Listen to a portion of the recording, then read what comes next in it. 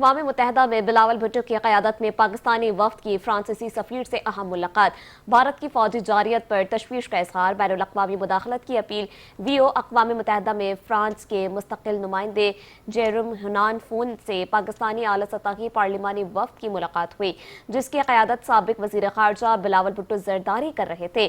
وفد نے فرانسیسی سفیر کو جنوبی ایشیا میں بھارت کی حالیہ فوجی جارحیت، یک طرفہ کارروائیوں اور پہلگام حملے کے بعد کی خطرناک صورتحال سے آگاہ کیا۔ بلاول بھٹو نے بھارتی اقدامات کو خطے کی اسٹریٹجک توازن کے لیے خطرہ قرار دیتے ہوئے کہا کہ پاکستان ذمہ داری اور امن پسند کا مظاہرہ کر رہا ہے، مگر بھارت کی جانب سے خطے میں نیا معمول بنانے کی کوشش ایٹمی جنگ کے خطرے کو بڑھا رہی ہے۔ انہوں نے بین الاقوامی برادری سے مطالبہ کیا کہ وہ بھارت کی خلاف ورزیوں کا نوٹس لے اور جنوبی ایشیا میں امن و استحکام کے لیے فوری کردار ادا کرے۔